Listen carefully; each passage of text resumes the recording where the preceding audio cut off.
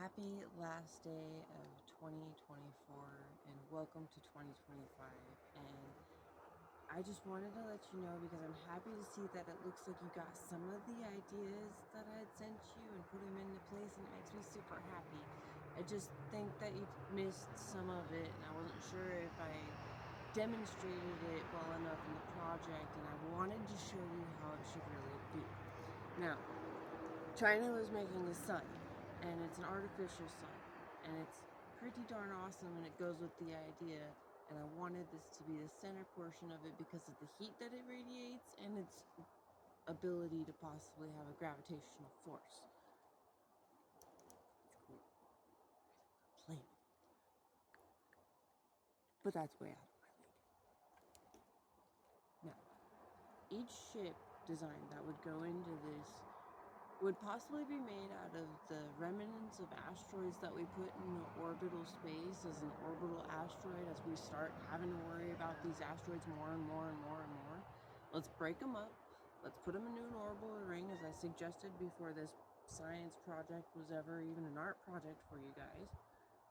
And then let's make them into football-sized ships, per se, with heat on the bottom to make all the heat go into the actual source of the ship. You have a solar glass on the top. Sorry, this is just fabric, but I'm not getting solar glass. And then inside, you'd have farms. And then here, in perspective, where those pipes are, or the mechanical area, would be about where this fake mountain would be. So you can go hiking in your mechanical source, but then you're going to go into the mechanical source and go do your job. And each of these, this isn't in proportion scaled wise, sorry, it's just not, would connect to each other at an angle that would support gravity. Now, I couldn't put names on them, so I couldn't say peach.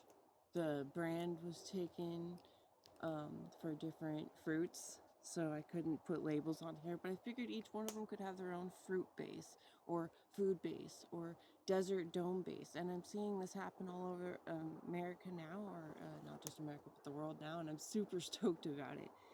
And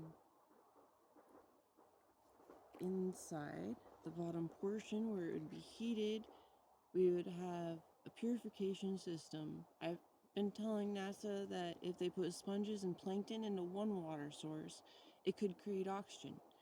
And then you put fresh water into the same area as purifying water that you have been resourcing from the rest of the excess water that you haven't been using in your fields.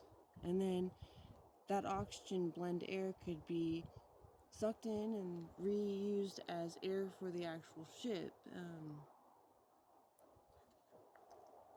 I know I didn't exactly get a way to show you all the different buildings and the inside and the actual inside, because all I could do is send you pictures.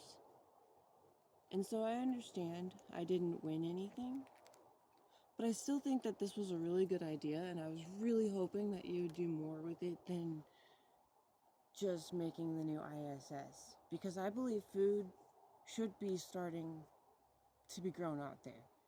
We have ways that we could figure that out, and that's something we should be figuring out. Because if we're going to have to rely on that while the sun torches the earth, or if we're going to have to rely on that for extra food sources or population expansion, that would be a way to go. And in the ship Ragna-Arc, each one of them, I imagine, could be dragged out of the orbit of the ring to face the sun, and then connect the artificial sun into this ring.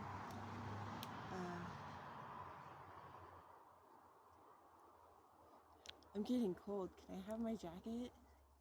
Thank you.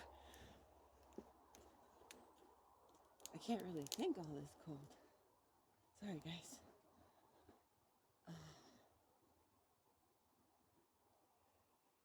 But then, say places like Starbucks that need to supply Starbucks food for all over the place. I'm surprised they don't have ships like this already producing Starbucks coffee beans, or McDonald's French fries, or just, a whole ship dedicated to cows we could pretend was an alien cow ship, but really they just needed to produce cow meat for the now and needy.